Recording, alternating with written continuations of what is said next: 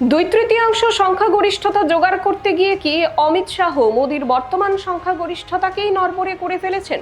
খবর বেরিয়ে এসেছে যে বিদ্রোহী সাংসদরা এনডিএতে যোগ দেওয়ার পর একদিকে চন্দ্রবাবু নাইডু বিরোধীদের সঙ্গে হাত মিলিয়েছেন, অন্যদিকে হঠাৎ করেই নীতিশ কুমার বিজেপি থেকে দূরে সরে যাওয়ার সিদ্ধান্ত নিয়েছেন। তাহলে রাতারাতি কিভাবে পুরো খেলাটা পাল্টে গেল এবং নীতিশ নাইডু মিলে কিভাবে অমিত শাহের ভিত নাড়িয়ে দিলেন, সেটা একে একে জানবো। তবে আগে গোটা খেলার হিসেবটা বুঝে নিন।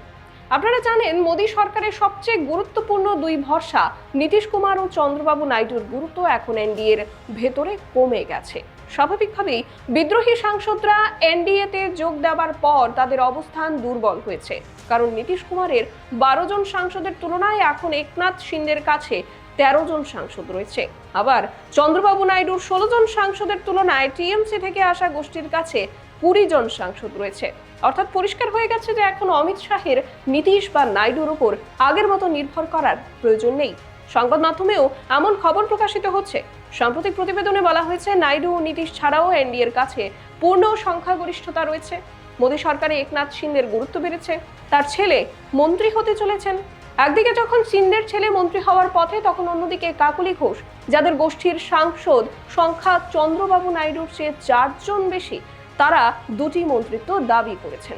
দেখা যাচ্ছে নীতিশ ও নাইডুকে যেখানে মাত্র একটি করে মন্ত্রিত্ব দেওয়া হয়েছিল, সেখানে বিদ্রোহী সাংসদদের সংখ্যা বেশি হওয়ায় তাদের দাবিও বড়। অর্থাৎ বিদ্রোহীদের ধরে রাখতে বিজেপি বড় বড় রাজনৈতিক অফার দিচ্ছে, আর এই বিষয়টি নিয়েই এখন জটিলতা তৈরি হয়েছে।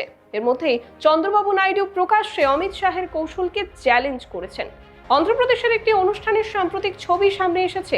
সেখানে শুধু কংগ্রেসের 2 মুখ্যমন্ত্রীকেই আমন্ত্রণ জানানো হয়নি, বরং চন্দ্রবাবু নাইডু তাদের সঙ্গে হাত মিলিয়ে এক স্পষ্ট রাজনৈতিক বার্তা দিয়েছেন। রাজনৈতিক মহলের মতে এটি গুজরাট লবির উদ্দেশ্যে একটি ইঙ্গিত।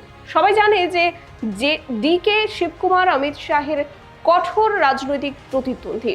অমিত শাহ স্বরাষ্ট্রমন্ত্রী হওয়ার পর ডিকে শিবকুমারকে জেলে পাঠানো হয়েছিল। সম্প্রতি কর্ণাটকের এমএলসি নির্বাচনে ডিকে শিবকুমার অমিত শাহের রাজনৈতিক কৌশলকে ব্যর্থ করে দিয়েছেন বলেও দাবি করা হচ্ছে।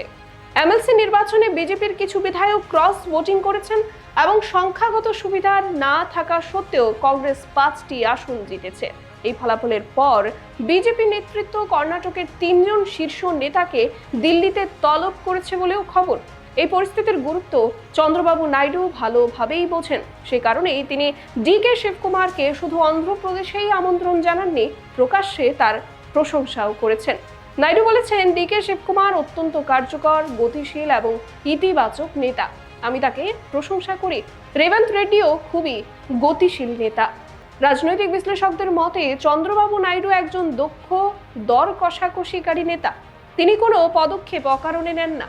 একদিকে বিজেপি যদি তার রাজনৈতিক গুরুত্ব কমানোর চেষ্টা করে, তাহলে অন্যদিকে তিনি বিরোধী শিবিরের প্রভাবশালী নেতাদের সঙ্গে সম্পর্ক দৃঢ় করছেন। এদিকে নীতিশ কুমারও নিজের অবস্থান স্পষ্ট করতে শুরু করেছেন। খবর অনুযায়ী তিনি পাঞ্জাব বিধানসভা নির্বাচনে বিজেপির সঙ্গে জোট না করে স্বাধীনভাবে লড়াইয়ের প্রস্তুতি নিচ্ছেন। জেডিইউ 45টি আসনে প্রার্থী দেওয়ার পরিকল্পনা করেছে বলেও জানা যাচ্ছে। অন্যদিকে বিজেপি পাঞ্জাবের 117টি আসনেই প্রার্থী দেওয়ার পরিকল্পনা করছে। ফলে দুই শরিক দলের মধ্যে রাজনৈতিক দূরত্ব বাড়ছে বলেই জল্পনা তৈরি হয়েছে। বর্তমান পরিস্থিতিতে অনেকের মতে অমিত শাহ নিজের রাজনৈতিক কৌশলের জালেই আটকে গেছেন। যদিও নীতিশ কুমার ও চন্দ্রবাবু নাইডু এখনো এনডিএর অংশ, তবে তাদের অবস্থান আগের তুলনায় অনেক বেশি স্বাধীন এবং দৃঢ় বলে মনে করা হচ্ছে। এদিকে অমিত শাহের লক্ষ্য ছিল সংসদের 2/3 সংখ্যাগরিষ্ঠ অর্জন করা, যাতে গুরুত্বপূর্ণ সাংবিধানিক সংশোধনী বা সম্ভাব্য সীমা পুনর্নির্ধারণ অর্থাৎ ডিলিমিটেশন সংক্রান্ত যে বিল, তা সহজে পাশ করানো যায়। কিন্তু বর্তমানে বিজেপি ও তার মিত্রদের মোট সাংসদ সংখ্যা 318 বলে দাবি করা হচ্ছে, যা 2/3 সংখ্যাগরিষ্ঠতার জন্য প্রয়োজনীয় 360-এর অনেক নিচে। এমন পরিস্থিতিতে যদি নীতিশ কুমার ও চন্দ্রবাবু নাইডু ভবিষ্যতে বিদ্রোহী অবস্থান নেন, তাহলে বিজেপির পরিকল্পনা বড় ধাক্কা খেতে পারে বলে রাজনৈতিক মহলে আলোচনা চলছে। এখন প্রশ্ন হচ্ছে, এত বড় বড় রাজনৈতিক অফার দিয়েও কি অমিত শাহ সংসদে 2/3 সংখ্যাগরিষ্ঠতা জোগাড় করতে পারবেন? নীতিশ কুমার ও চন্দ্রবাবু নাইডুর সাম্প্রতিক অবস্থান কি বিজেপির জন্য সতর্ক বার্তা? আর 2/3 সংখ্যাগরিষ্ঠতা অর্জনের চেষ্টায় কি বিজেপির বর্তমান সংখ্যাগরিষ্ঠতাই নড়বড়ে হয়ে যাচ্ছে? এই সমস্ত প্রশ্নের উত্তর নিয়ে রাজনৈতিক মহলে জোর চর্চা চলছে। এই পুরো বিষয়টি নিয়ে আপনার মতামত কি? মন্তব্য করে জানান।